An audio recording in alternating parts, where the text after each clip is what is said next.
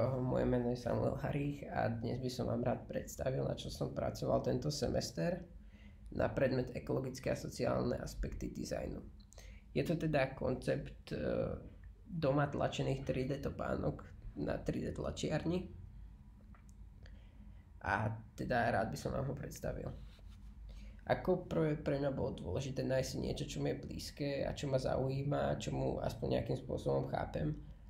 Preto som si vybral túto tému tenisiek a zameral som sa na to, že napríklad človek si kupuje každý rok nový pár topánok, čo vôbec nie je ekologické a je to aj veľká sociálna záťaž pre svet, keďže to vyrábajú ľudia za minimálnu mzdu niekde v Číne možno a nikdy nevieme vlastne, ako sa k nám tieto topánky dostanú. Je tam použitie mnoho materiálov, preto aj tá údržba je veľmi ťažká, tým pádom tie topánky ani dlho nevydržia. Takedy stačí, že zmoknú alebo sa raz zašpinia a už sa poriadne nedajú ani vyprať, ani umyť a ani vyčistiť. Preto som si začal hľadať nejaké už existujúce koncepty, narazil som na 3D tlač topánok a vlastne materiály použité pri tejto 3D tlači, čo ma celkom zaujalo a prišlo mi ako fajn riešenie pre túto problematiku. A s tým, že tá 3D tlač v posledných rokoch naozaj sa zvyšuje na popularite, keď doma nemáte 3D tlačiareň, tak určite poznáte niekoho, kto tú 3D tlačiareň má. A pokiaľ nie, tak už existuje veľmi veľa miest, kde vám vlastne na 3D tlačiarni urobia model, ktorý im zašlete. Tým pádom som si začal hľadať, aby som to mal aj nejako podložené, túto moju teóriu, nejakými výskumami a grafmi. Napríklad vidíme tam, že v porovnaní roku 2022 a 2023 vidíme v rýchlosti tlače až 100% nárast, čo znamená, že to naozaj veľmi napreduje.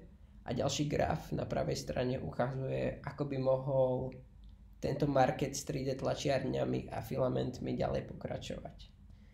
Takže pokiaľ s tým rátame, že v budúcnosti by sme mali oveľa lepšie možnosti tejto 3D tlače aj v domácnostiach, tak tento koncept by bol veľmi ideálny pre budúcnosť.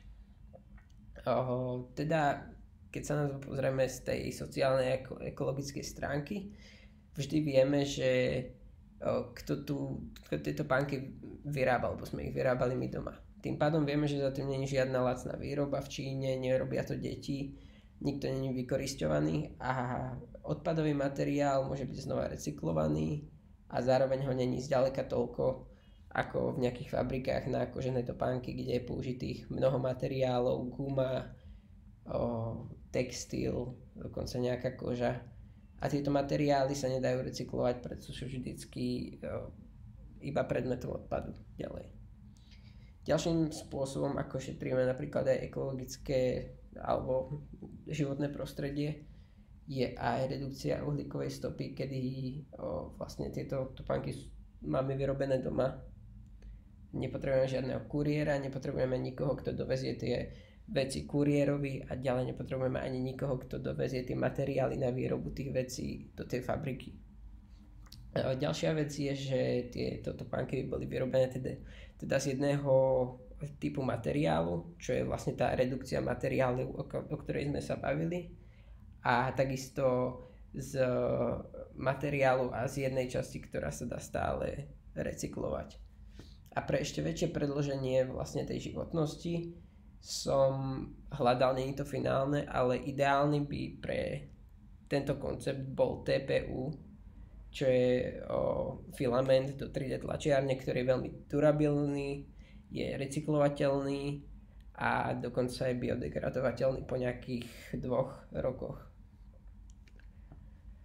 Takisto som ďalej rozmýšľal nad nejakým takým pridaním ďalšej hodnoty pre tieto topánky, čo by bola nejaká upgradovateľnosť, kedy by tieto topánky mali nejaké časti, ktoré by sa dali dokúpiť na nejakej stránke a nimi sa buď vymeniť nejaké časti, ktoré sa poškodia, alebo si tú topánku vylepšiť o napríklad nejakú podrážku, nejakú lepšiu podrážku, mäkšiu, alebo nejaký upgrade na členky a tak ďalej.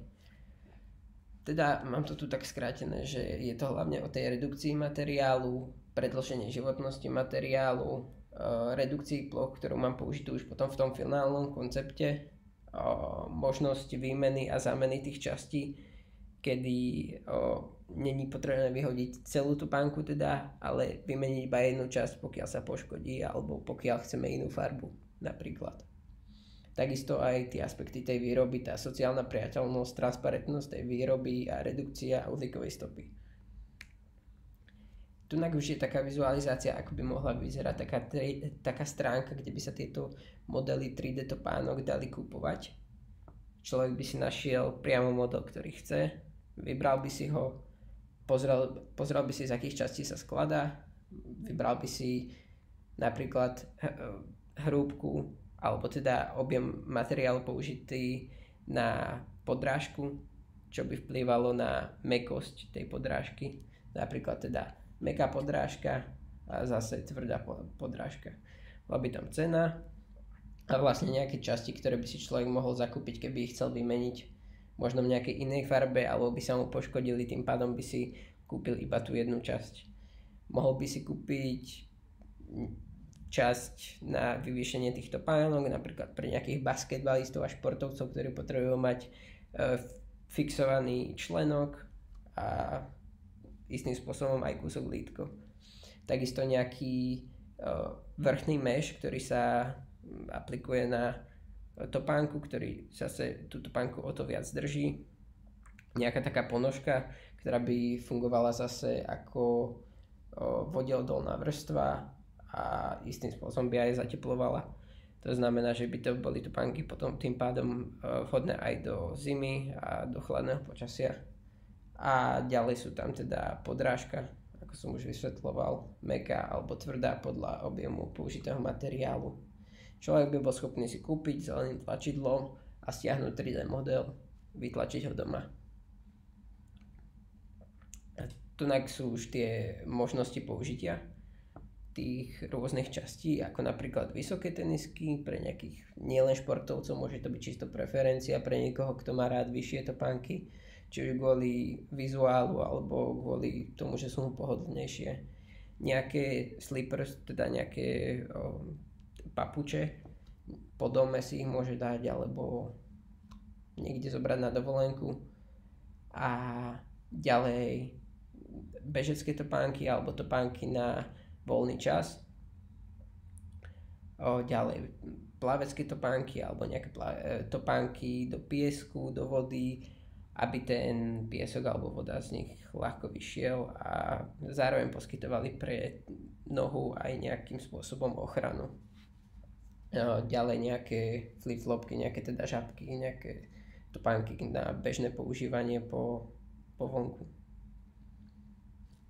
To je za mňa všetko, ďakujem a dúfam, že sa vám to páčilo.